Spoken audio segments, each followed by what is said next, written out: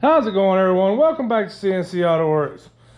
Today we're finally going to get around to starting the build process on this 69 Fastback that my little brother has dubbed the Castback.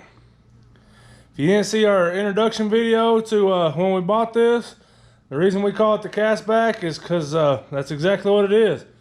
Front half of the car is a coupe. Some mastermind turned the back half into a Fastback.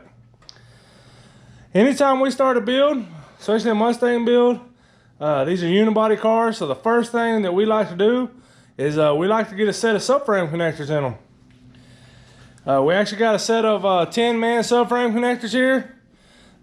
We use these on our last build. We actually prefer this brand. We have used a different brand, 2 or 3 different brands, and they don't hug the floorboard quite as tight as these. So we do like these. And these are actually a weld-in version. If you don't have access to a welder, they actually do make a bolt-in version. And then, you know, if you're ever getting your exhaust done or something, you can just have the guys weld them too.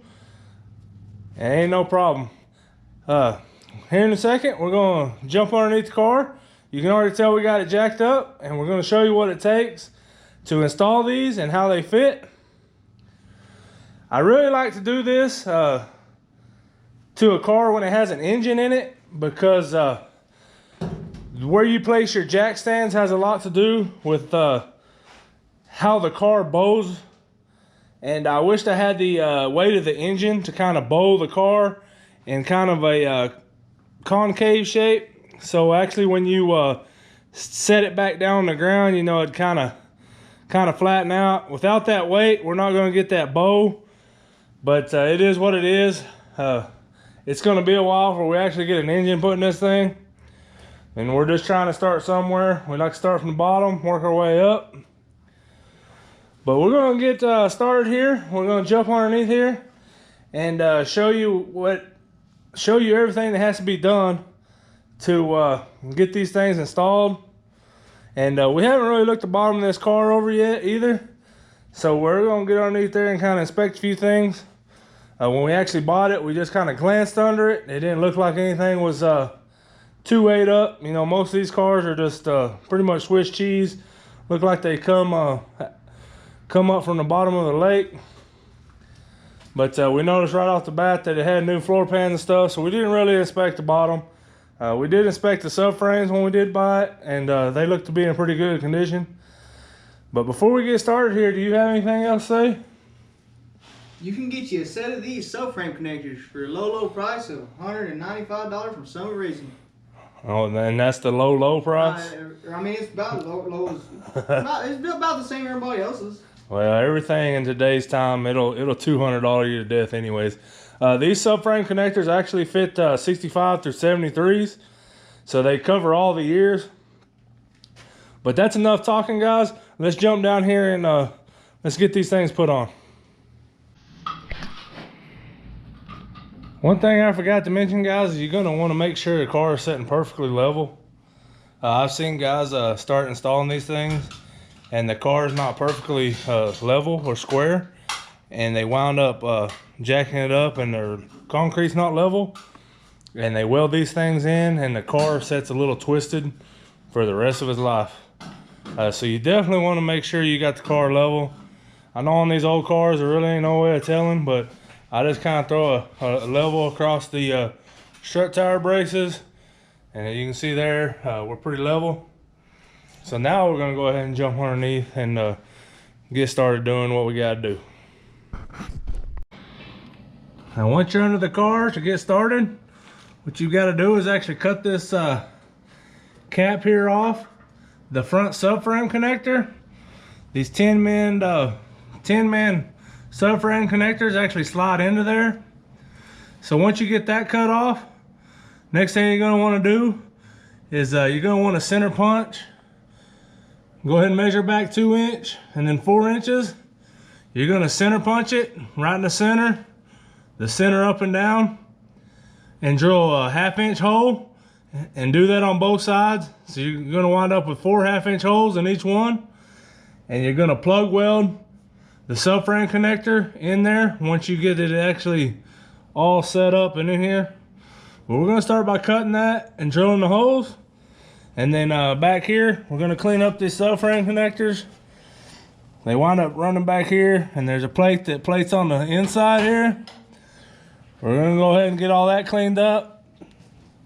Get some of the scale knocked off this thing, so we'll have a good surface to weld to. You can cut this with a plasma torch or a cutoff wheel on an angle grinder. I think I'm gonna go ahead and use a plasma. You can use a flaming hacksaw too, whatever you got. Whatever makes it as easy as possible, just to get the job done. Once you get that capped in cut off like that, and you get your 1/2-inch holes drilled, you're gonna wanna insert your subframe connector, kinda like I've done over here. Got it shoved in there. You can see that when you fill those holes, when you plug weld that, it's just gonna attach to your subframe.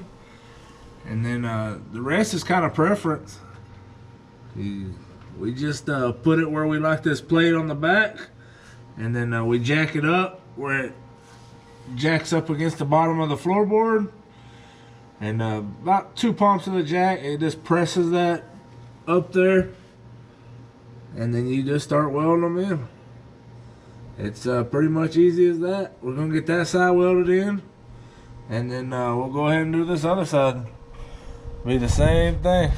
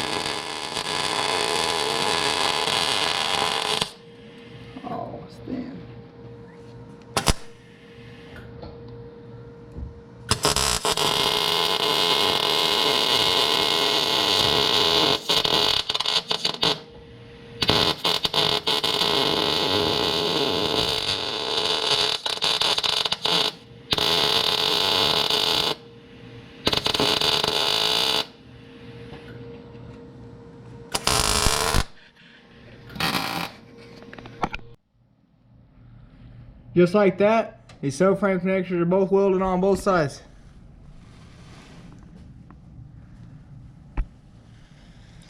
Thanks for watching the first Fastback video, and we'll catch y'all next time.